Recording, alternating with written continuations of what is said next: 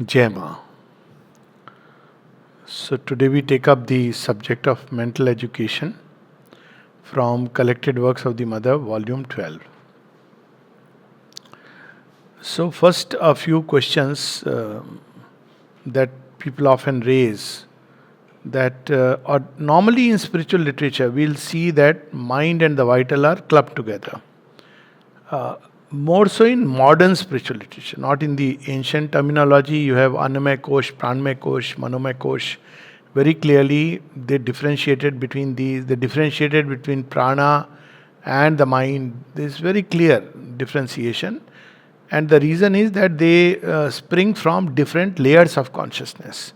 So the logic of it was that just as the body springs or is formed by the action of the mind on the material consciousness, similarly, it is animated by the breath of life from the vital consciousness, and the same body begins to think, become half conscious by the mental consciousness. So, prana is the feeder, energy feeder system.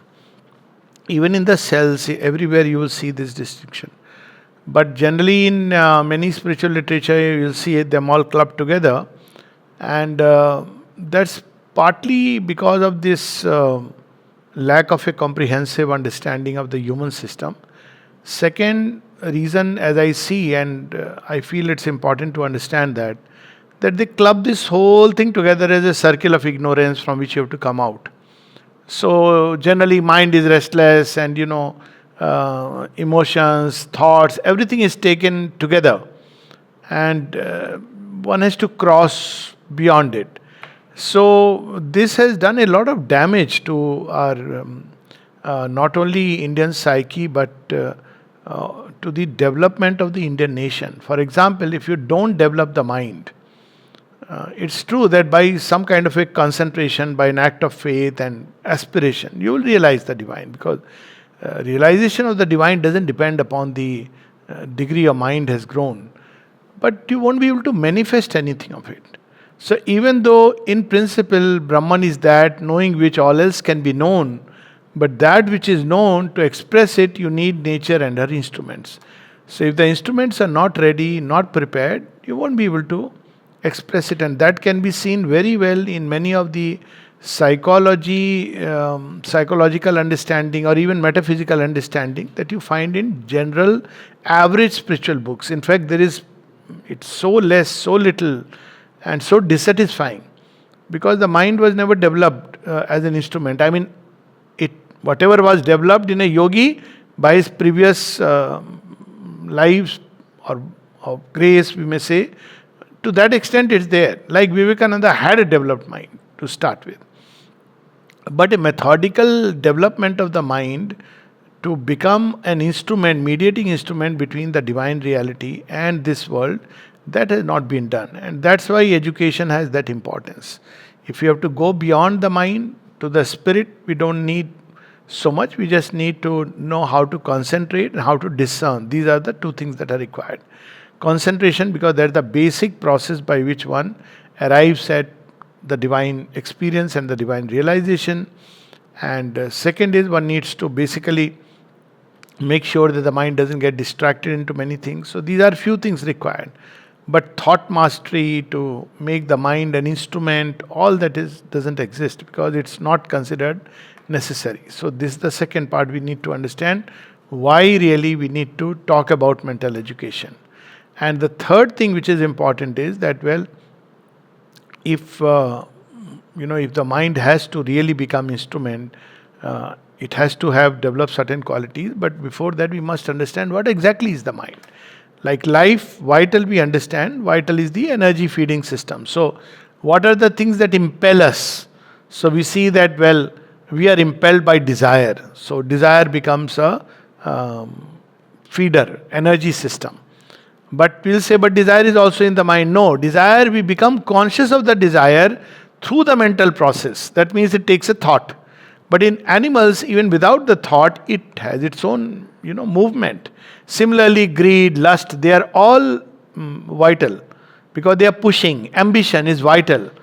But in human beings, with development of mind, they start giving names, they start using terminologies, which is in a way important. So the differentiation begins.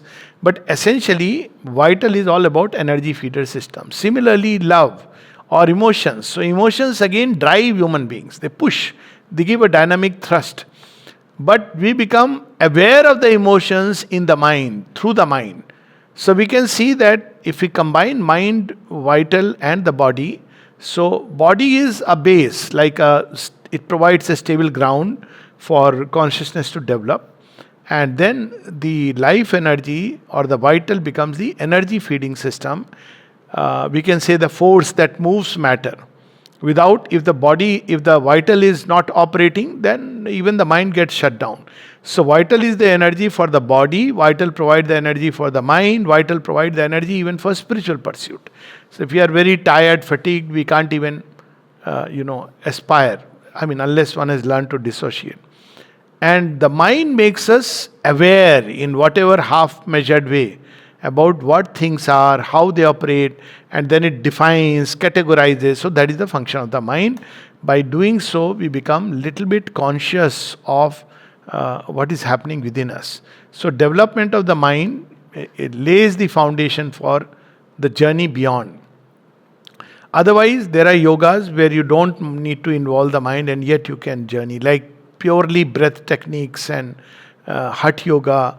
That's simply because, as far as escaping from the circle is concerned, it's very easy.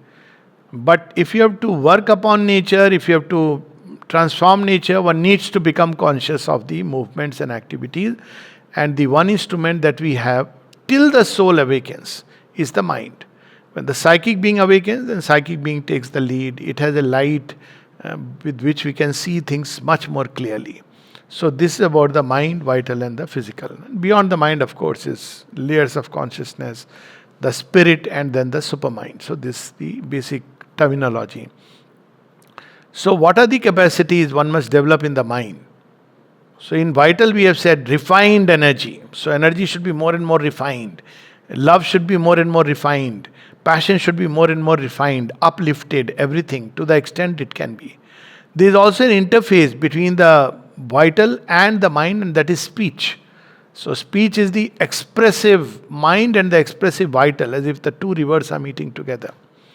So what really is the function of the mind and what are the capacities we need to develop? The basic capacity is attention and concentration. So difficult. So difficult means in general when we observe, just see when people are holding a conversation. See how much the mind will just, thought will jump from somewhere to other. Suddenly they will ask, oh, what were you saying? I didn't hear, because there is inattention. So first is attention, then there is concentration. Of course, it can be developed to the point of developing eightfold concentration, tenfold concentration, astavadhani, dashavadhani, but that's not really required because we are not interested in that kind of multitasking. But it's a capacity. So concentration.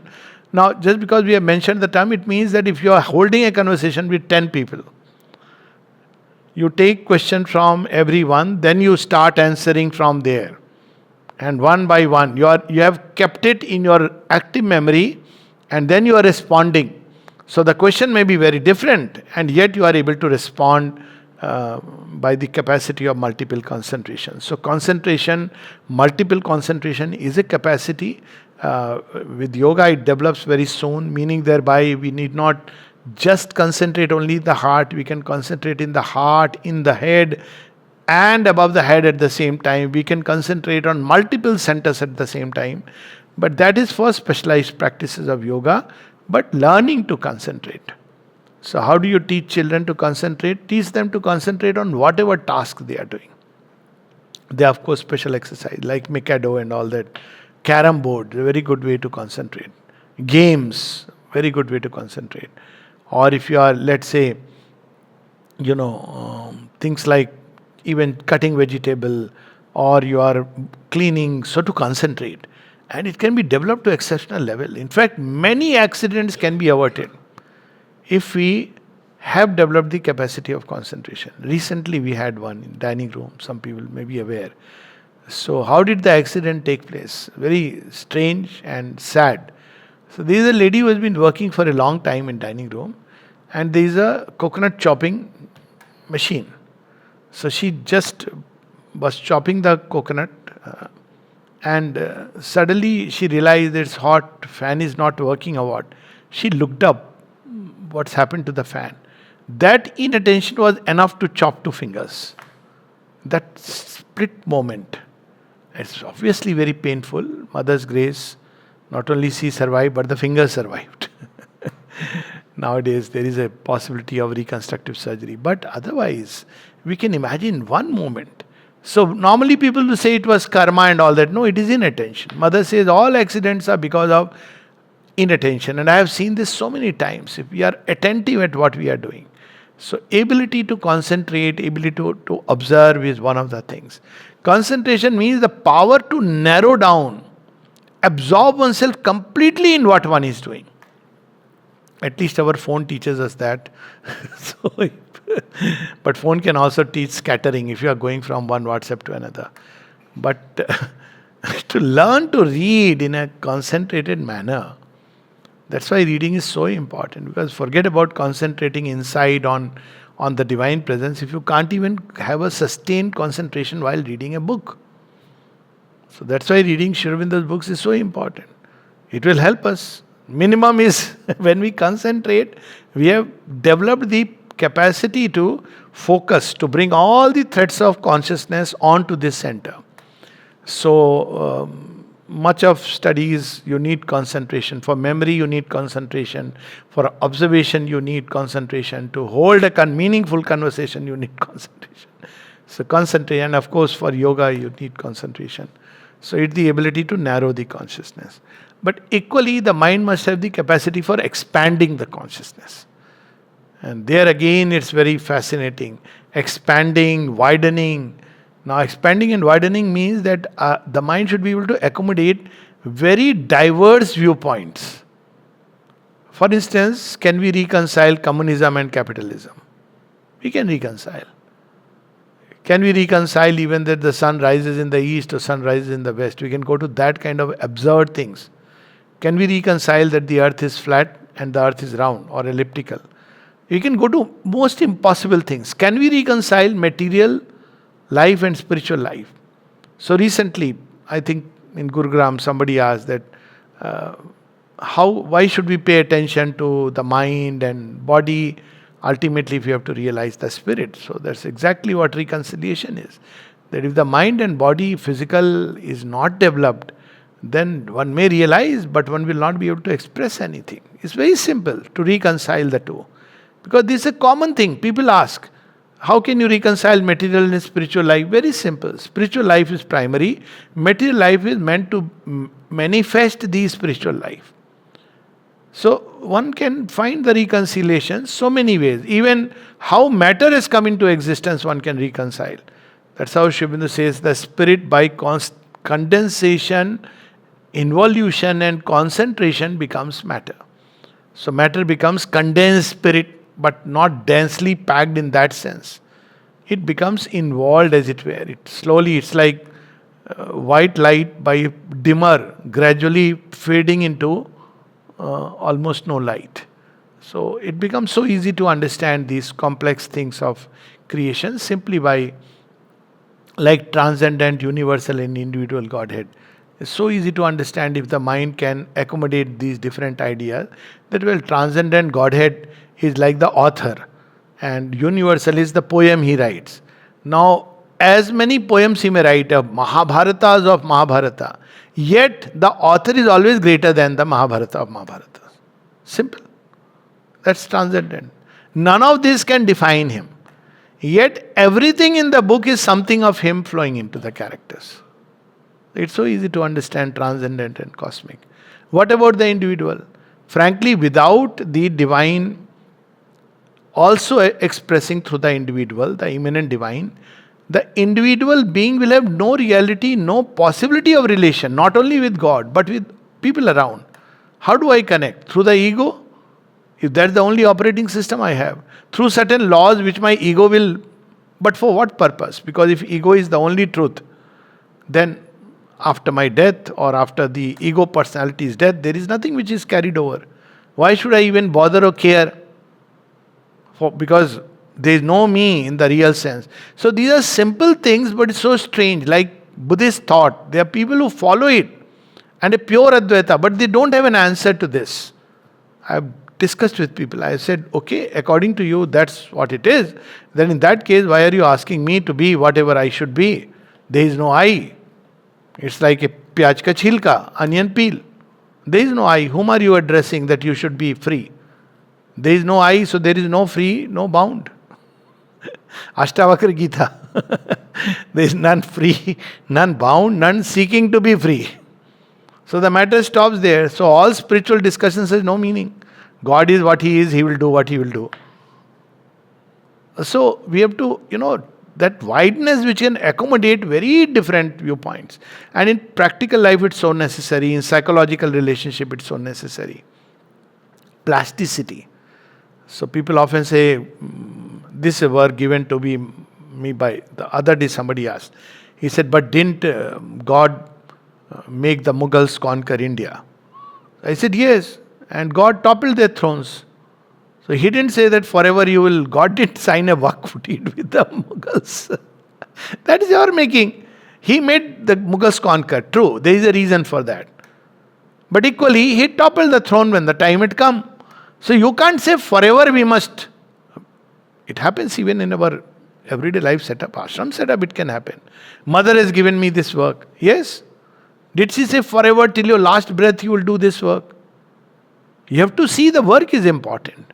Supposing you have become incapacitated, would you stick to this that no, mother gave me this work? Or in the interest of the work and mother's service, you will say somebody who is more capable, more ready, can more manifest. If you have really got freed from the ego, you will do that. But see how the mind's bandwidth, plasticity, to change according to, adapt according to the divine will. So this plasticity. So this is the third thing. Then the capacity to organize life around a central idea. So people keep contradictory ideas in their head, and very often I also meet, they will say, yeah, this. Then they will speak just the opposite. You don't know, in their head, left side is Kaurav and right side is Pandav. And they're constantly fighting because they don't know what is the central idea around which you have to place things. So everything has its right place. But for that we must discover the central theme. Otherwise it will be all chaotically placed. And of course the capacity for the mind to become quiet and silent. So these are some of the important aspects, and we can now read how Mother beautifully approaches it. So she speaks about mental education, and mental education has very little to do with schooling, though it is considered that schooling is all about mind. It's true. There is no vital involved. Nowadays people do have some art, painting, etc., but it's morely a tokenism, a lip service. Which means we are creating Frankensteins. Right at the school level, no art, no music, no poetry, extreme intellectual development of the left brain.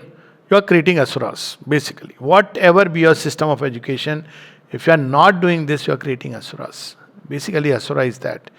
Developed intellect and very unrefined vital, underdeveloped heart, emotions, love. He is an asura. So this is what this society creates. So that we discussed last time. But schools do give us opportunity to do mental gymnastics. And here we can also take up the impact of AI. So the problem of AI is bypassing the mind. Now the problem, some people say, no, it will take us to the spirit. No, if your mind doesn't develop, where will be the instrument? You may have time, 99%, 0.9999% will not use that time to explore the spirit. They will misuse all that AI can give you. They will do now 3D chats. Or that's what people will do. I mean, so silly. Consciousness doesn't change because of, technology. But a changed technology can use the same, changed consciousness can use the same technology in a better way. That's what the whole crux is. And most people will use the AI to write an essay and feel very happy. Maybe the teachers, unless they tell them what have you understood from it, that's the only way that the mind will be engaged. Otherwise, the mind, you have written a very good essay, and teachers don't have time. That means they should discuss. Okay, essay is very good. Don't ask them about what happened. That they will remember. So, what have you understood? If I were to teach, let us say, children something like Mahabharata, I would ask them, what have you understood about the essence of the Mahabharata war? Let them come up with their own ideas. Play with those ideas. But if you tell them, write on the Mahabharata war, it's very easy. AI.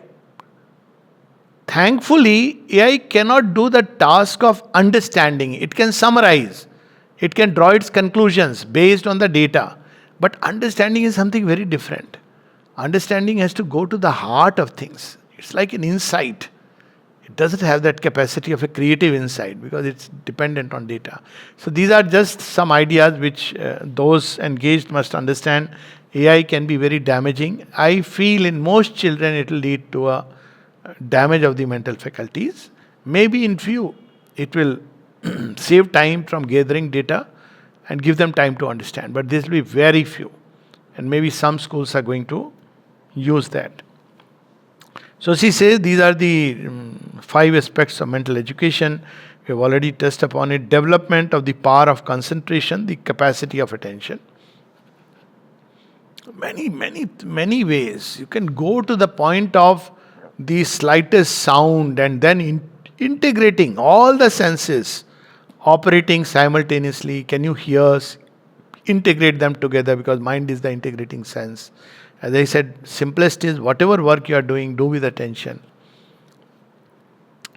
Development of the capacities of expansion, widening, complexity, and richness.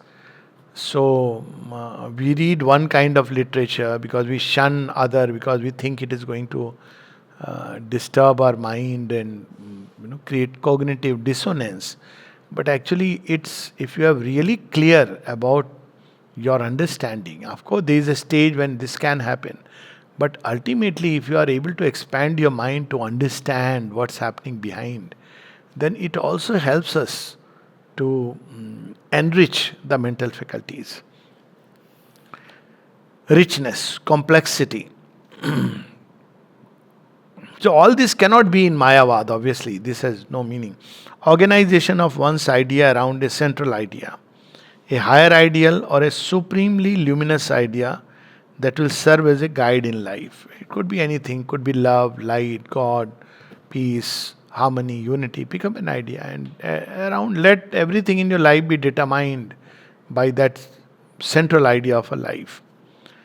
Then fourth is thought control, rejection of undesirable thoughts to become able to think only what one wants and when one wants. This is a developed capacity to be able to observe thoughts and see them and to be able to reject what we don't want, to be able to accept what we want.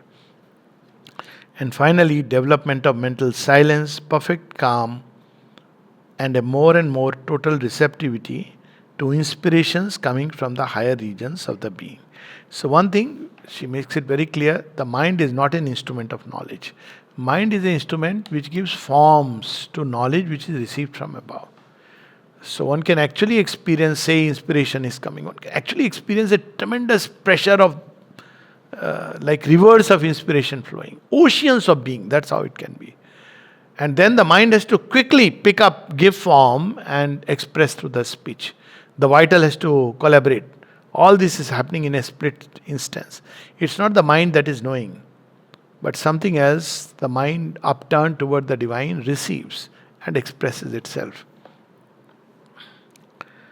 And then she says, one of the commonest thing with children is constant dispersion of their thoughts, and the child has to become capable of a sustained effort of attention and a faculty of more and more complete absorption in the work at hand.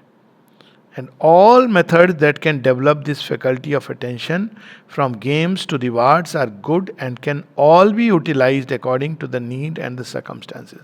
Personally, in my experience, I have seen when people go through psychological illness, say depression, and then of course more disintegrative states. So one of the things that makes me aware that the person is recovering is the capacity to concentrate. So I ask them, they are feeling better, they are generally feeling fine. I ask them, are you able to, let's say, read a book in a sustained way? They are not. Even if they read the word, the mind, the consciousness cannot concentrate. It's very interesting. It doesn't get dispersed, but equally it's like a blank. The consciousness is unable to concentrate, even though they are reading a body of words. It makes no sense. And this we all must have observed, that it's one thing to read, quite another to concentrate. So reading can be a purely mechanical process, but concentration is from the consciousness. So games, rewards, anything.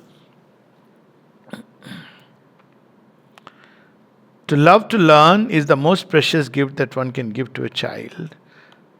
To love to learn always and everywhere, so that all circumstances, all happenings in life be constantly renewed opportunities for learning more and more and always more.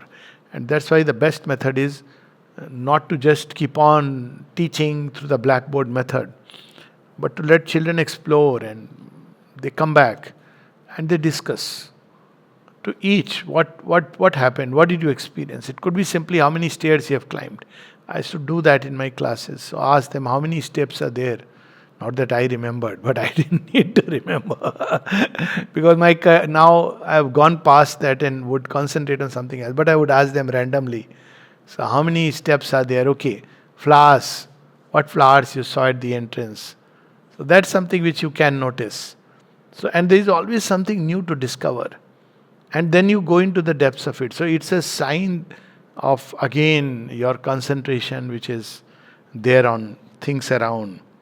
Everything can become an incidence. Like with children, I ask them that what is the first thing that happens when you wake up from sleep? It's morning. Okay. So what is the message of the morning? What do you learn from morning? What do you learn from the sun? What do you learn from the moon? Start with natural objects. What do you learn from the stone? What do you learn from the mountains? That's why I had posted that poem after Madhuvan on the mountains, the mountains.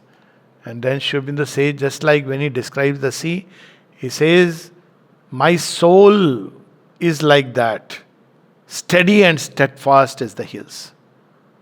To the sea, he says, O sea, I come to measure myself with thee. So you see, sea as the idea of vastness, mountain as steadiness. So everything can become an occasion of learning, and you can go deeper and deeper and deeper.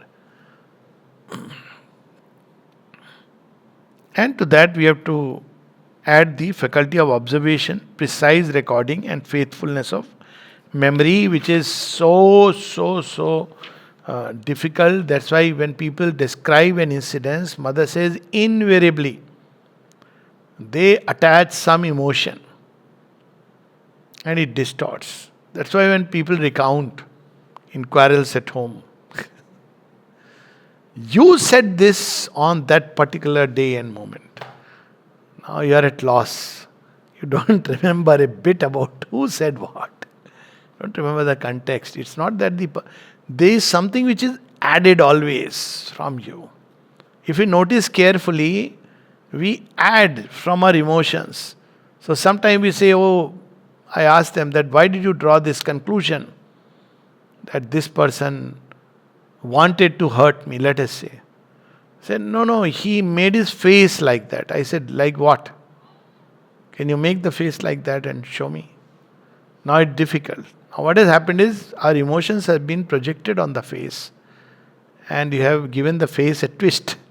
And then you have read intention. So it's so difficult to faithfully reproduce an event. That's why things like Sherlock Holmes and nowadays the serial Tenali Rama, I love it because there's such a precision of observation and memory. A small thing he picks up, actually it's matched to Arthur Conan Doyle. He picks up, he smells it and sees it. Very good for children, how to observe things. One is a casual observation, the other is small little details. And then you have a picture, a clearer picture, a better picture. So she says that for true memory, you should not just remember by rote, but by understanding. So, understanding is when you explain, when you look deeper. And for that, you have to raise two questions: why and the how.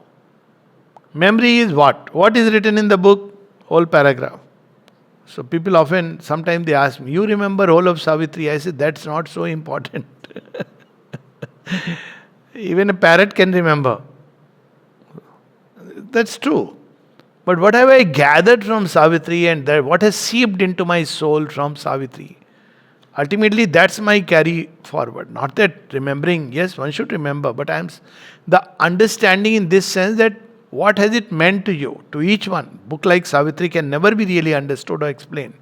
But at least each of us will carry some essence. To somebody, it may be the tale of the feminine. Sri Aurobindo is placing the eternal feminine in front of the quest. To somebody else is the story of an incarnation of the Divine Mother. To someone else, Savitri is the light that leans into the dark abyss to rescue human beings. So many ways, 10 ways. You can just look at just this idea. And then when you look at just the first canto, so many ways you can look at it. But remembering is one part. It's the least important. But understanding. Even when you can't, like God, we cannot understand God. Understood. So should we not try to understand? No, we should try to understand, meaning thereby what is my conception or idea of God. That's why Sri Aurobindo says in Synthesis, and Mother elaborates her first conversation in 1956, that if we want to practice an integral yoga, we must have an integral idea of God. So what is the integral idea of God? That He dwells in each element, for example. That He has become all these things. This is important. Otherwise, we can never be able to form a clear conception. You will gradually show the child that everything can become an interesting subject for study if it is approached in the right way. So everything means the life of every day, of every moment, is the best school of all, varied, complex, full of unexpected experiences, problems to be solved, clear and striking examples, and obvious consequences. My personal feeling is that's how all education should be. My personal take on this is, and I have seen this, that if you just let the child observe, move around, and then maybe the teacher should be there as a guide, gather them maybe after 1 hour, then ask them what each one observed and how they understand it. And if you can do that, or their day's experience, the first class should be, what was your day's experience from yesterday evening till today morning. Let them come up and just discuss. Others will become conscious. Not that everybody will discuss it, but they'll become conscious. Oh, there are ways I can understand this, look at it. Then, let's say in a biology class or something, leave them to explore and come back. And then raise questions. Then that will stay. But you read from books and just parrot it out. That's hardly anything. So this is how everything of life. It is so easy to arouse healthy curiosity in children because they don't know it. They are filled with wonder. Why is the sun changing color from morning to night? I'm sure many adults don't know the reason. Yeah, well, it's very interesting. And if you look into the Indian thought, there is a different name for each of the moment of the sun. And if you go into its symbol, it is very fascinating. For example, you'll see red color, always associated with the supramental, the highest truth, mixing with earth. Technically, you can say brown and orange. I don't know whether that color will combine, give rise to red or not. But red is that color where the highest light is leaning down and merging in matter. Now when you see the setting sun, it's red. How symbolic. And whole nature is reproducing a whole truth. The entire yoga can be understood just by looking at the movement of the sun. At least I have in my mind a whole list. So Savitri, the sun which is emerging, it's not emerged. I'm just giving an example. So when does the sun rise? If you ask children this question, so what will they say? You see the timing 5:29 a.m. or in winter little later. So they'll say like that. No. When do you sense that the sun is rising? There's a very nice term in Hindi, bhor. Bhor bhayi pan ghat pe, mohe nat khat shyam jagaye. What is bhor? Bhor is sun has not risen outwardly to the eyes, but you feel that the morning has started. 4 o'clock, 4ish, if you get up, you experience that sun which has not yet emerged from the womb of darkness, but has begun to stir earth is Savitri, Savitra. So interesting, fascinating. And that which is hidden in the darkness is Martand. It's battling the night. You don't know. We don't know. We are sleeping. But it's emerging. So it becomes Martand, the warrior. Then the sun which is just emerged. Then you have Usha. So it's so amazing when we just look at the sun, the whole yoga, because that's the process in our life. There is the soul struggling to emerge, but covered with darkness, ignorance is Martand. Then when you feel some kind of, we are interested, attracted towards some philosophy or something, that is Bhor. Savitri has started working. Then we say, this is the path. See, the whole 12 names of the sun tell us all about the journey. And then it will go through different stages, labor, effort, midnight, becomes too much for us to bear. Because slowly the tap is increasing, that is tapasya. Very difficult. In the beginning, nobody is expected to do tapasya. Mother will do everything. Everything is wonderful. All is good. Everybody is all full of that. No? Then when it is afternoon, mother, you are running away from that light into shade. Then she will say, make friends with the sun. Then slowly, when evening comes, you say, okay, something has been done. See, the whole yoga. I am just giving one example. There are several others we can take. And then she says, another very good faculty which goes unnoticed is the power of imagination. She says, imagination develops the creative mental faculty, and through it, study becomes living and the mind develops in joy. And really, this is one thing which is so develops like anything by studying the what we call as myths. There are actual studies on it, and Carl Jung was very forthright. He said, if you read the myths, it really helps the mind to become creative. And personally, I have noticed that everybody I have seen, I have asked this question, no more now, but I used to see that people who are very creative. So what is their engagement with the myth? They are interested in myths and they have read it, because the myth is like it is out of the box, out of the dimension. So it gives you a very different understanding of an event, which you normally, anyways, recently I was saying that, the Bhagavad. So that's how, it's so fascinating. When you look at that, Yamuna is in spate and Krishna is going. So a very stone-hearted and stone-minded person will say, oh, these are all stories, myths. What do you mean Yamuna is trying to touch the feet and all the chains are being broken? But if you have read it, you understand it's a complete story of inner life. A preparation followed by the birth, and then suddenly the chains become loose, and then the psychic has to grow, engage in the world play, fight the Mahabharata war. It's all so clear. To me, like entire yoga can be understood simply by reading the life of Shri Krishna. But it opens doors to creative imagination. And Shri Krishna has opened doors to such creative imaginations. Though people call him as a mythological figure, Rama they don't discuss. Because Rama they take it, when it happened. And with Krishna people debate. 40% he existed, 60% he existed or didn't exist. But based on Krishna, you have art, you have painting, you have dance, you have music, you have philosophies. Huh? Love. Such everything goes back to Krishna. War goes back to Krishna.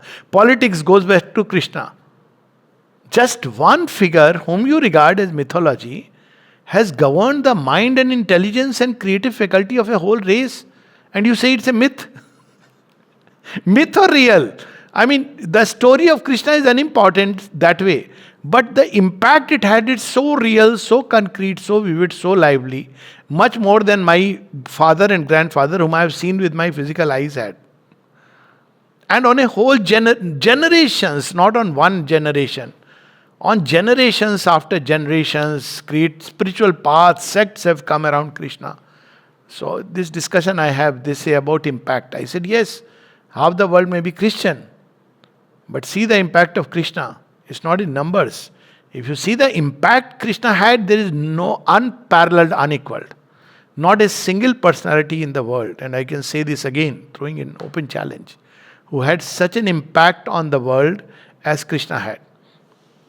Not about numbers, but the number of activities that have come around from Krishna. Shiva also had, but Krishna is like amazing. So, imagination is so important. That's why Sri Aurobindo says, if the Gospels are a forgery, then thanks to the forgeries, because they have saved the soul alive. See, the moment you take Krishna's name, no, you become very fired, enthused. So, anyway, so she says that above all, that a single subject is approached in various, then suppleness and comprehensiveness. So she says, single subject is approached in various ways so that the child understands in a practical manner that there are many ways of facing the same intellectual problem, of considering it and solving it. And one can take any kind of problem, simply the problem of being regular. You can look at it from so many ways and solve it.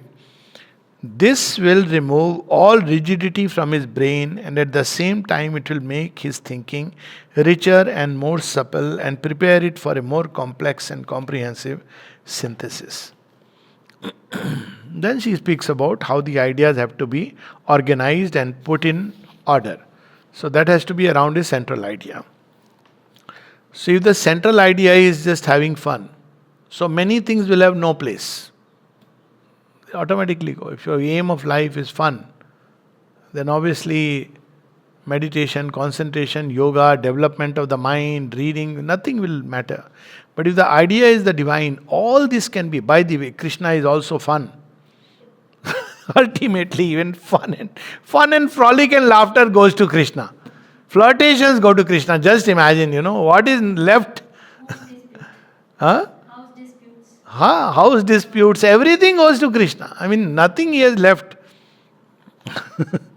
Whatever he left has been left to Sri Aurobindo in his Krishna's re-avatar. So, which was of course the ultimate truth, the supramental transformation. He hints and then he stops. Okay. So she says that the higher idea that will have the power to bring them harmoniously together. So God exists. Now this cannot bring everything together. So you say God exists beyond. So this cannot bring everything together. Then God exists within me. Even this cannot bring everything together. God in the cosmos. Even this cannot. Ultimately, God is everything, can put everything together. And then you have to, of course, the understanding or revelation of all this is different. But that there is nothing else but the divine. Now this can start bringing things in order. So people often ask if that is true, sir, too wide, too bold a statement. So everything is divine. So you have to understand the divine in essence and the divine in manifestation. In the manifestation, divine is constantly breaking his own body and bringing a new body. Just as our body does that. The child develops into an adult. So when you see the civilizations, the same thing happens. That the divine brings certain things in manifestation, which later on he removes from the manifestation. And the sign is that people themselves want it to go. So yes, everything is divine. But in the manifestation, he is constantly changing. So we have to flow with the divine of the future rather than divine of the past. So that reconciles it. What was perfect in the past, becomes evil in the present, and has to be discarded in the future. Many things in India, many customs, culture. But India has been an evolutionary, Hinduism is a very evolutionary Sanatana Dharma way of life, so it has accommodated. But see what happened to Semitic religions. So that's why also madrasa teaching is so dangerous, because it is giving a very narrow, it's making a very narrow mind. Whatever is written in the Quran, you have to read it, you have to understand whatever was told that time, don't question. So it is going to create bigots, it's going to create fundamentalism, it's ultimately going to create it. So if you really are concerned about the good of the world, madrasas should not be supported. You can't stop people from doing what they want, but stop supporting it by whatever means. Otherwise, you are directly or indirectly responsible. It's not about Hindu-Muslim. Even if a Hindu is teaching outdated concepts in a school, you have to tell him. Because this is dangerous and inimical to the world. So while we cannot do anything, possibly in a free society, you can't say ki bhai, you have to stop. But stop supporting financially, economically, politically and other ways. Justifying it. Because it's creating narrow mind as opposed to wide and supple mind.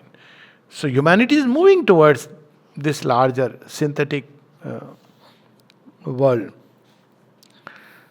So the choice of the central idea of your mental synthesis, she says, the higher and larger the central idea, and the more universal it is, rising above time and space. Sanatana Dharma, rising above time and space. So people often say, how it is Sanatana? It's very simple. It has no birth date. And what has no date of birth has no date of expiry. I say it jokingly, but if you meditate upon it, you'll see, discover, it's wonderful that you don't have a beginning. You can't date back that Sanatana Dharma started in, 420 AD or some 5000 BC. No. They discovered the Dharma which is existing. Beauty is that even the Vedas say, technically, that we have got it from our forefathers.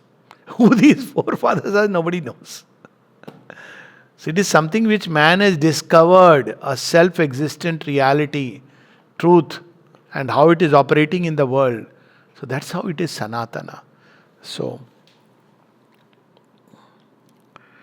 So if the idea is universal, rising, that more numerous and more complex will be the ideas, notions and thoughts which it will be able to organize and harmonize. That's how Sanatana Dharma can accommodate diverse strands of ideas.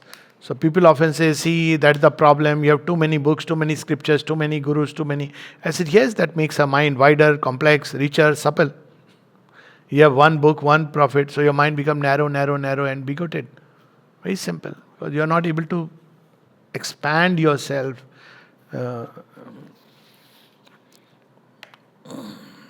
And she says it takes time to develop it. And then she speaks of the faculty of formation. This is so important. But learning is only one aspect of mental activity. The other, which is at least equally important, is the constructive faculty. The mind actually forms, and this is very simple to see when you're watching a television show. Your mind is constantly forming, creating formations inside, even after you switch off. I mean, mind has such a power that if you see a live snake, I don't know if somebody chance upon, or like in villages it used to be common. Then for some time at night, if you get up, the mind will, okay, somewhere this slithering creature may be around. Though he has been killed or gone. There's the power of the mind to form. We construct illnesses in the mind. We construct health in the mind. We can construct. And people don't understand. It's such a sad thing. Even here, suddenly, oh, Corona is back. Arey yaar, Corona is okay. It has been existing since time immemorial. They don't even go into reading that this is the same variant doing little bit face mask. It's not even the mutant coronavirus which has come. And the fact is, it is not till now like they know it's not harmful, something extra. So it's okay. Why you are bringing fear? Now people start constructing. So somebody asked me a question that what is the spiritual reason for coronavirus coming back again? So I said stupidity of man. Human stupidity. Now let the person understand. I said human stupidity. I mean, if you read a little bit, you will understand. But people again, again masks must sell, again this thing must sell. So this is the capacity of formation is so important in illness. Just to imagine that you're healed. This part is healed. Just this light is flowing into this system. This blockage in the heart is being removed. This knot is opening up. A hard knot, when somebody is hurt, what happens? Become knotted up all inside. Just imagine mother's light coming and soothing it, opening up, opening this knot, opening that knot. Like Varuna, cutting the knots of Suna shape. And you become wide. And then you try to see, oh, but it was hurt. You don't find the hurt. It was the knot. You have opened it up. But we want to feel hurt. So you want to call back. Because it doesn't, ego takes a perverse pleasure even in the fact of being hurt. How can it be so simple? Oh, the other person didn't do anything to me. How can it be? So it's so strange. There is a kind of attraction towards hurt, suffering. But if we just practice this formation, but we see a person and have a formation, oh, he is my enemy. He was neither a friend as you believed nor an enemy. He is what he is. He's on his journey. Came together, nice, good. Parted together, fine. May come back again together. It's okay. It's part of the journey. But see how the mind constructs. And once it constructs, it has a whole package associated with it. That's why friendship works best. Because in friendship, you don't have these constructs. A friend may do everything for you, but you're not expecting that a friend will do everything for you. And there is a joy, there is sharing, there is companionship, there is travel, everything is there, beautiful, happy togetherness. Minus the expectations which come, and of course a certain kind of interaction which is not really necessary. So that's why friendship is something which is so beautiful. In the ashram context also you see. The one thing which Shobindra and the mother never objected to was friendship. Because friendship is something beautiful, it can grow, it's unconditional. So we have to, this faculty of formation is so important, she says. And then with that, there should be the will which translates it into action, the ideas. And then finally she says, it is good to set apart some time. So one is the mental purification, what thoughts we want, we do not want to observe. Because obviously thoughts which are going to hurt me. So people often say, oh, this person has hurt me. He is enjoying. I say, see, he has hurt you. Okay, fine, that's one step. He is enjoying is irrelevant now. What has that got to do now with you? He is enjoying or not enjoying, first of all, we don't know. Maybe he is cursing himself and outwardly you think he is enjoying. We don't know. Anyways, that's not important. Now the third layer is, by thinking all this, are you helping your hurt state or you are making it worse? If you are making it worse, it's not good for you. You have to reject it. Because that's what happened has happened. Whether it should have happened, not have happened, why it happened, all this is past. Learn the essence, grow and move on, because that's ultimately the true thing. Otherwise, this will continue. It's like already, but we have this capacity. Oh, I am going to go through this surgery. So people are so tense for so many days. Then when the surgery is over, pata hi nahi chala. We didn't get to know. Then afterwards, they will keep saying, oh, I underwent a surgery. No, it's okay. You will not allow your part to heal by reminding it, the fellow, you don't forget, you were sick. It's done, it's gone. So if you have to construct beautiful things. So what thoughts we want. So purification is to Constantly center our thoughts around the central idea. Is this going to help me in my goal, the higher goal, for example? And then she says, set apart some time every day when one can quietly go over one's thought and put one's synthesis in order. This she describes later, that project on a cinema screen and see that you reacted in a certain way, you thought in a certain way. Is it consistent with your goal?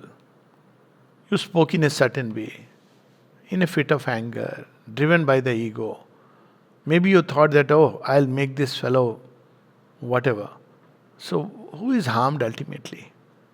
So, when you look through the day, it's a wonderful thing. Later on, when the psychic is awake, you will know it instantly that this thought, this speech is not consistent with what I am inwardly. That's an instant process.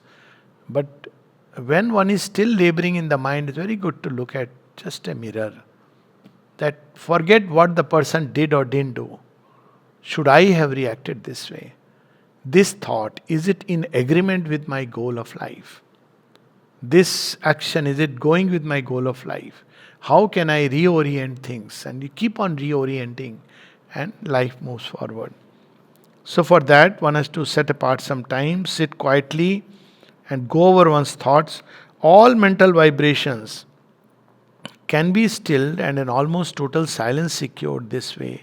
In this silence, one can gradually open to the higher regions of the mind and learn to record the inspirations that come from there. But even before reaching this point, silence in itself is supremely useful. That before one can receive the inspiration, because it gives the mind rest. And now finally she says, the fact is that like all the other parts of the human being, the mind too needs rest.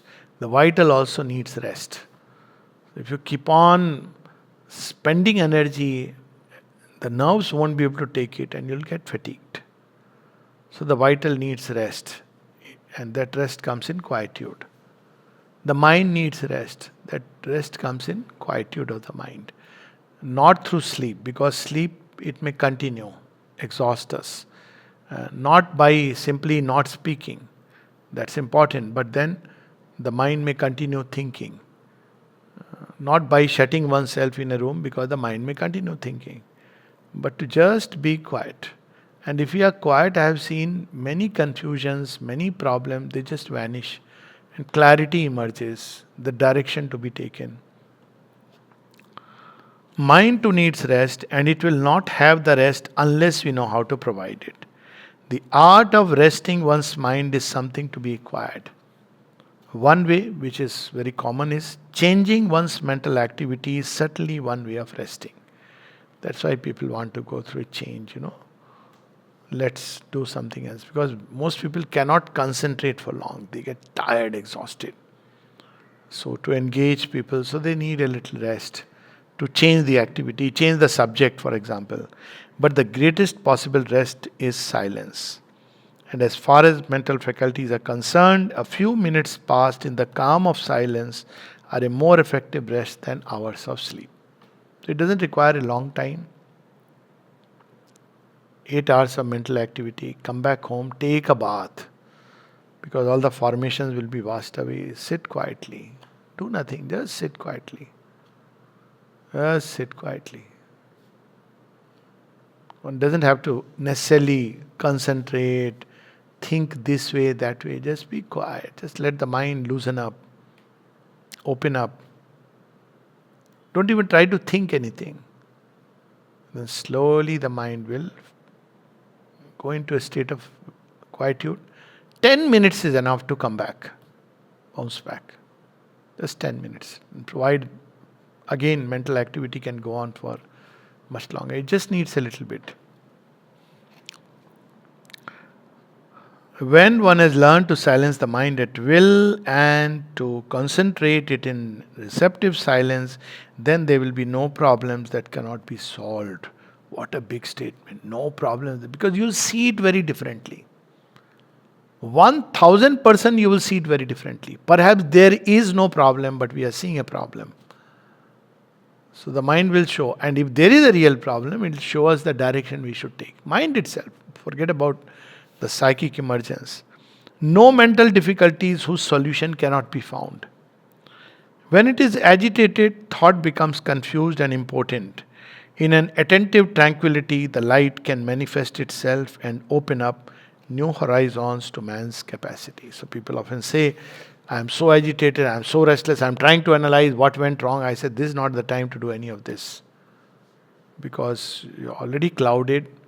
You will not see clearly. You will either ending blaming somebody, other person, or end up blaming yourself. Just be quiet, quiet and attentive. Then, what is paining you that oh, this person did this to me, that to me? Probably when you wake up in under the Bodhi tree after quietude, you may say, good riddance. You may say, freedom at last. Yeah, I mean, mind may say, what is the problem? You are the one who has latched on, created all the things. You think it is so important. For example, he didn't give me any money. Arey, what is it? Or gave you less money. All this mind is constructing. You think it is so important? No, that's not the important thing. Mind will suddenly show that all this money is worth nothing if you don't have peace in the heart. So you'll realize, oh my God, what a burden is taken off. Yeah. So you'll learn to be content. Whatever you have, you will learn to build in that. That, well, God has given me an opportunity to challenge myself. I need money, and that's the state. Now let me begin from here. Then new avenues will open, rather than lamenting, agitating, and being restless. So, Ata Mana Swadhyaya Mental Education chapter from the Mother's Collected Works, Jema. I think next we'll read on psychic education.